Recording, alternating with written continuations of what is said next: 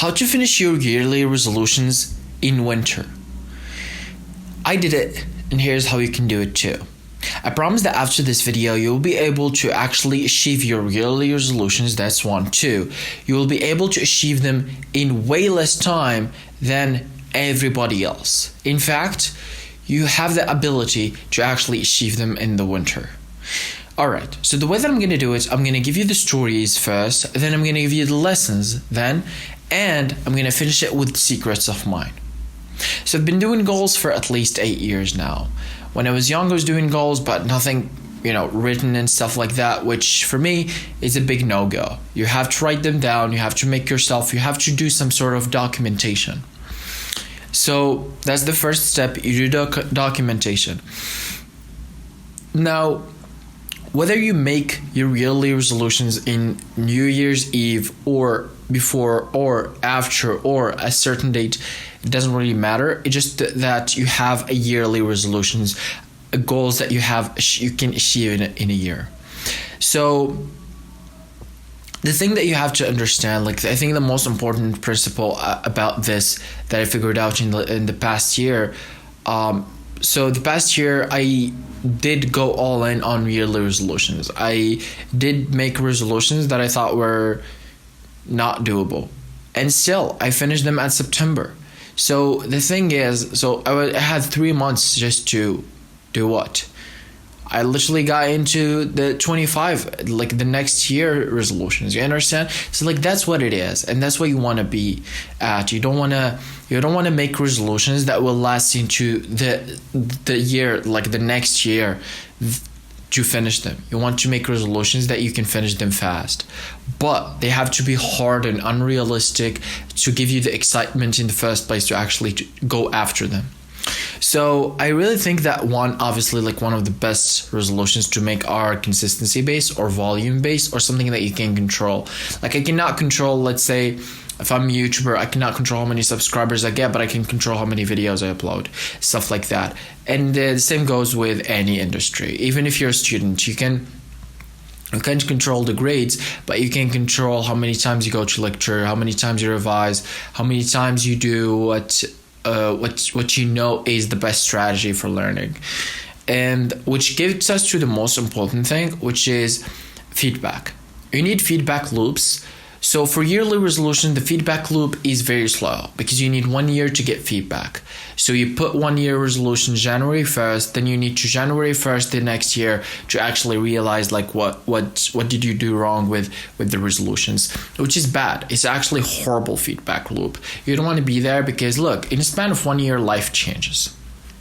It's pretty rare. It's hard life not to change in 1 year, right? So all of that may be what you set up to do probably is unrealistic in 1 year. I'm not saying that not to do yearly resolutions. No, do them, obviously, because they give a clear destination of where you want to be. So you take on sub goals and milestones and stuff like that along the way, but you know where you want to be. You want to end at this goal before the end of the year. It's pretty good. But I think what's most important to actually achieve those is the Parkinson's Law. The Parkinson's Law is stated in the 4-Hour Workweek so good, so beautifully. He talks about it and he says, look, when you make goals, make them unrealistic. That's one. Unrealistic, the reason behind unrealistically making goals is because when you make a realistic goal, you don't want to make it. When you make unrealistic goal, it's so insane that of course you want to make it. Because just the thought of trying excites you. That excitement is what you need to do or to use to actually achieve the stuff. So let's say you're a content creator and you have to upload, let's say 20 videos in 1 month, whatever. So 20 videos a month and you're like, dude, what do you mean? The hardest or the most that I uploaded is 20 videos a year. We're talking here about 12 times difference. And you're like, well, you have to do it. Of course, you're just speaking with yourself. That gives you an excitement. And also gives you the story that you can tell to people. And you're like, dude, what used to take me 1 year, now it takes me 1 month to do. It's just a good stuff. So that unrealistic gives you the excitement, gives you the cortisol and adrenaline rush in your body to actually take on the tasks. Because let's say you have to film 20 videos, you have to have the ideas, you have to script, you have to film, you have to edit, you have to set up if there is a setup, you have to whatever. Understands like editing, then post-production, then uploading, etc. So like all of that, it's a lot of steps. How to do them is to get excited, have that adrenaline and stuff like that. It looks awesome because there's probably a wedding just went off right now. I don't know about that, but the idea is you want to have some goals and you want to also have sub goals, and whatever it is that you're doing as a yearly goal, make it in a way that is pushing you to the limit and a little bit more. Like let's say I'm gonna give an example because so you understand. As an example, I spent about 7-8 years creating content on YouTube. The most that I uploaded probably like 20 videos a year. I knew that. I said, all right, fair enough. I had that problem, whatever.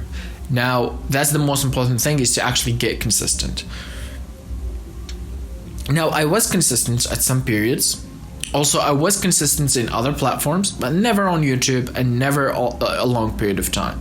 I said, now I'm launching WhiTeeee Galaxy. I have to create 100 videos. That's what I said. 100 videos. How can I do them? I said, how in the world will I do 100 videos?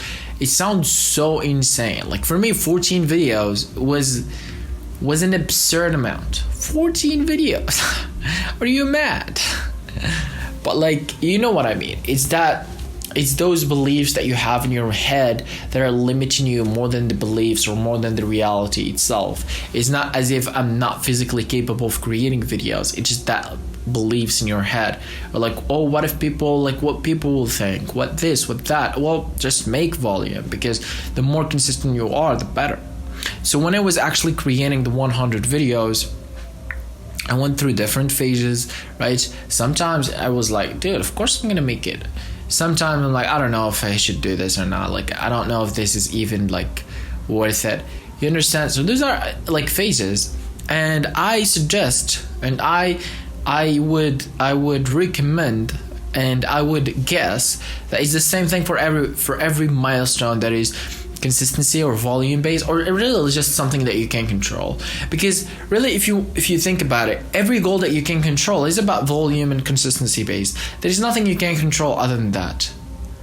And the things you can control are results. It's like whether you want results or you want consistency based, those are the only things to make as goals. I just don't get anything else. So let's say I have to talk nice. Okay, that's me. That's something I can control. But like, what does that mean? Well, I have to say a good word to 100 people this year. This is countable. I can understand that. So it's always like when you feel something is vague, like I have to look good this year. Okay, what's the meaning of look good? I have to wear good clothing for 100 times this year. Okay, this is something understandable. I understand that. It's convert that something that you don't understand to something that you do understand. It's consistency based. So I want to be good, I want to be smart, I want to be intelligent. Okay, what does that mean? Solve 100 puzzles this year, go out with 100 people this year, etc. It's like the thing repeats itself. Now, I said something about feedback loops and how important it is. So feedback loops are important because simply it's what gives you feedback to become better. So let's say you make the 20 videos a month. You've done that. Awesome. Cool. Now, what did you learn from those 20 videos? Because people always say that you just make mistakes and learn, but nobody learns from their mistakes, because the learning from the mistakes is probably like the biggest mistake, because nobody explains how it works. Learning from mistakes is literally just putting like the statistics and data. So I have 20 videos, I put them all in a spreadsheet, paper, Excel, whatever. Put them all and type their information and results, etc. So like I'll type the video title, I'll type the views, the likes, the comments, and the idea, and what type of filming I was filming the video, whatever you think it is relevant. And there's no limit to how much you put. It just like don't put too much. Probably over 10 you're going, I wouldn't recommend. So you do that, and you do it for those 20 videos, and you're like, okay, now let's sort them off based on views or comments or whatever it is that you're interested in, or if you have a business like based on opt-ins or sales. Okay, so or subscriber gains, whatever, and you sort them, and you're like, okay, this one first, this second, and you get like the you look at the first, like the best 2 to 4, and the worst 2 to 4, and you say, ask yourself, what did I do in the best 4 that I didn't do in the others, and also what did I do in the worst 4 that I didn't do in the others. So what I did in the worst, I should never do that again. What I did in the best, I should always do that. So that's my new standard. That's what I have to do every time I film. And kind of like those feedback loops is really what you need. The thing with a yearly resolution is because, let's say, even if you want to get the feedback, you take one entire year to get one feedback. Now you have the feedback, you adjust. It takes you an entire year to see if that works. Then it takes you an entire year to see if that works. It's time consuming. So what you should do best, make the yearly goal as an anchor. So you have the yearly goal. Then, like other than the yearly goal, so inside the yearly goal, as you go in, you make milestones. Every 2 weeks you make milestones. Obviously, to avoid burnout, should really, like, I don't think you get burnt out by this method of like doing 2 weeks, because you're not saying I'm gonna get 1 million subscribers in 2 weeks, but you can say upload based on what you do. It's like 10 videos in 2 weeks. You can do that.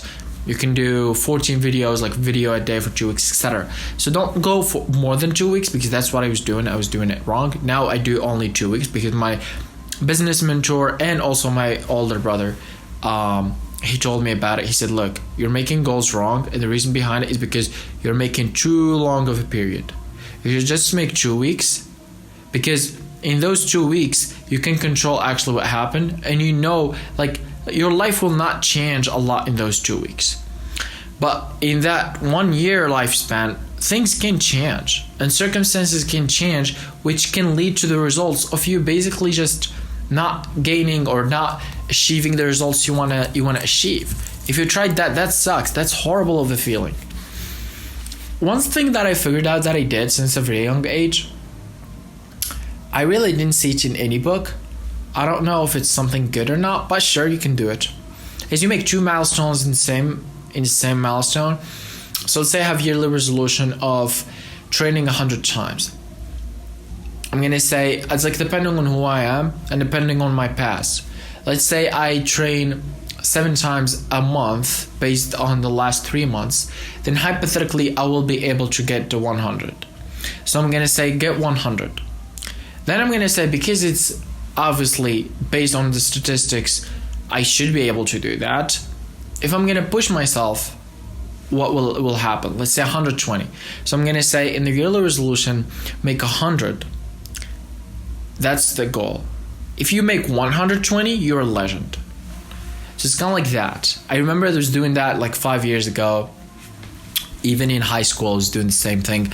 I was saying to myself, well, this year you're gonna get 17 out of 20. If you got like 16, sure, I'll accept it. You got, you know what I mean? Like 16.5, I'll accept it.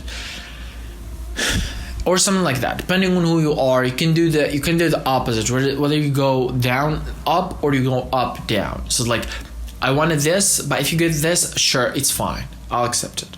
Or you say, I wanted this, but if you get this, you're a legend. You know, I think both of them work, honestly. It's just like, it helps you also to remember like where you are, and also not making it impossible to achieve.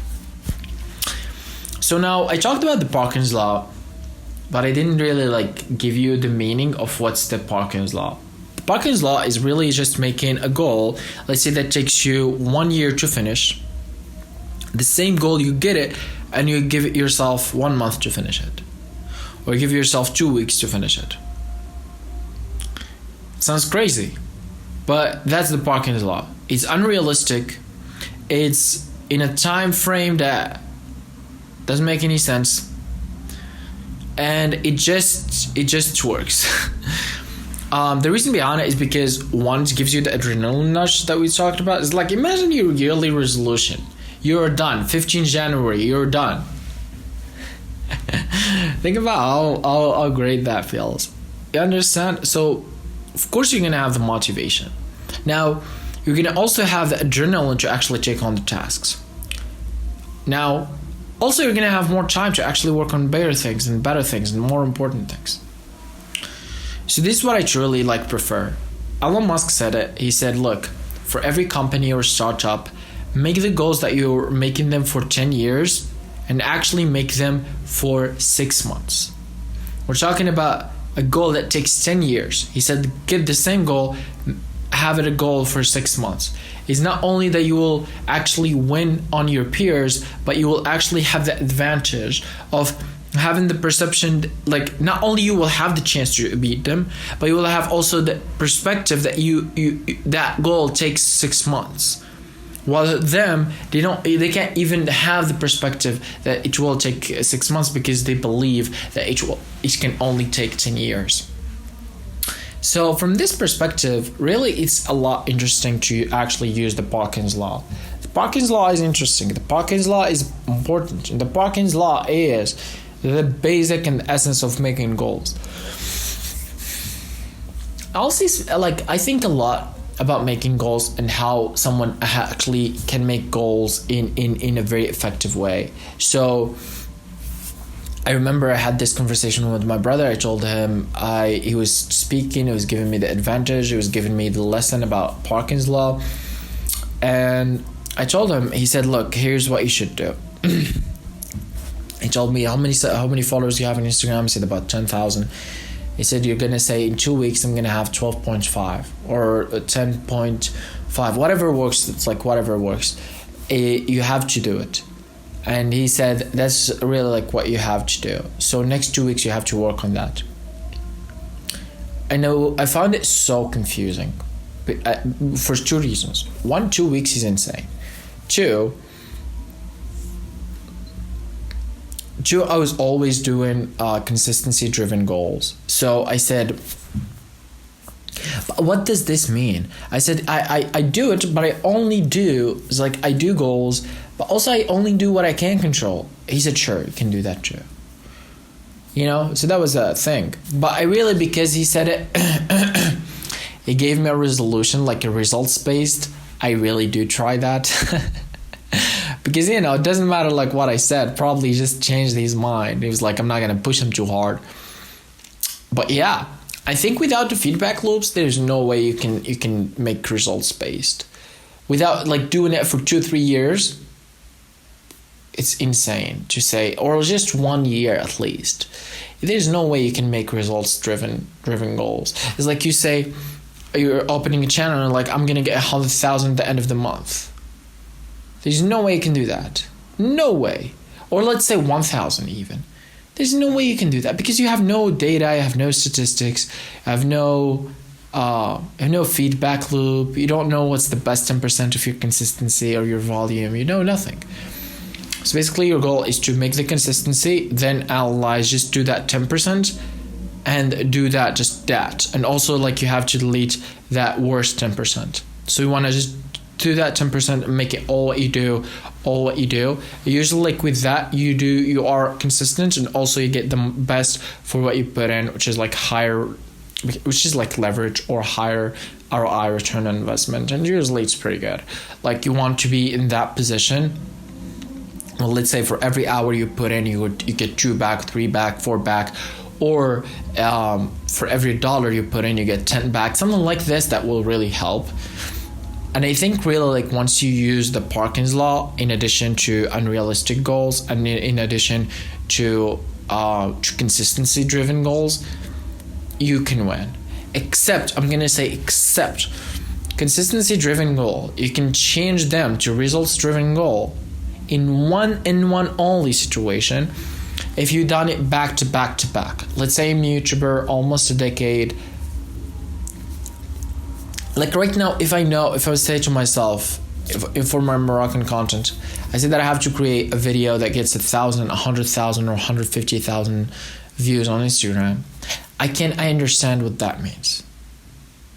I have a good idea. I have done it multiple times this year. I have to just go back, see what I did with that video, probably just do the same ideas, repeat them, something like that. Or film the same place, edit the same way, probably use the same music, whatever it is. You understand? So probably I will have a better understanding. Other than that, but before, like 1 year, just a year ago, I didn't know what does that mean. You understand? Especially like if you're gonna make even more terms, it's like you don't spend money on the video, you have to film alone, and you have to do it in 1 day, or like 4 hours, or like 6 hours, or whatever. It's like that's something I can do because I did that. Like I did that multiple times this year. So I'm comfortable doing that, not because I'm comfortable, but like because I did that so many times. I know what that feels like. I know what I have to do in order for me to get a video like that. But 1 year ago, you tell me you have to get 150,000. I'm gonna be, dude, I have no clue about how to do that. It's like, sure, I can tell you theories about how Mr. Beast does it from his podcast, but nothing from my statistics, nothing from my data.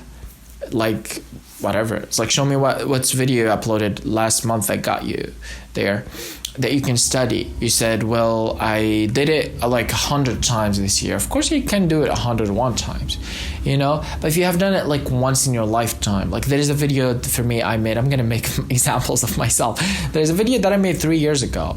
It got 3.3 million views on YouTube. I know that video is once in a lifetime experience. So far yet, it's once in a lifetime. So how likely it is that every video that I'm going to do is going to be like it? Not high likely. So it doesn't make sense to be like, I'm going to make it this year, every video get 3.3 million views. Unrealistic. I can aim for it. It gives me adrenaline if I did it. But the thing is, I wouldn't recommend, because you're setting yourself for failure. You understand? However, if I'm going to say I'm going to make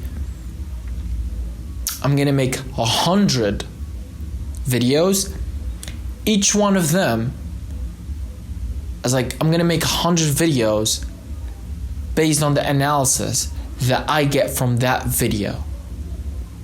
So I have to study that video, learn what I did in that video, and actually make 100 videos like it.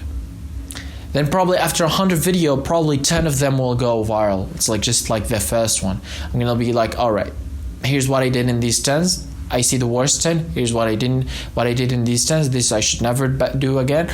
The best 10, I'm gonna do that again. This theory, hypothetically, this is all hypothetical. So nothing here, I don't know. So like you do 100, I don't know if I'm gonna get 100 to go viral or 10 to go viral. But I'm just here speaking like with hypothetical, so everybody understand. This is something that I really never did. Yeah. It's just with this, it's like I do this all the time, just like with this example, because I actually was thinking about it like yesterday. I was thinking about that video, and that's why like I'm here, so giving you more data, more statistics. Really, look, as I promised, now you have a great idea on how to actually achieve your yearly resolutions. Not only that, you can achieve them actually in the winter, just based on what I told you. The thing is, you need nothing else. Really, in what you've seen here, look, you can never unseen. So you might as well subscribe.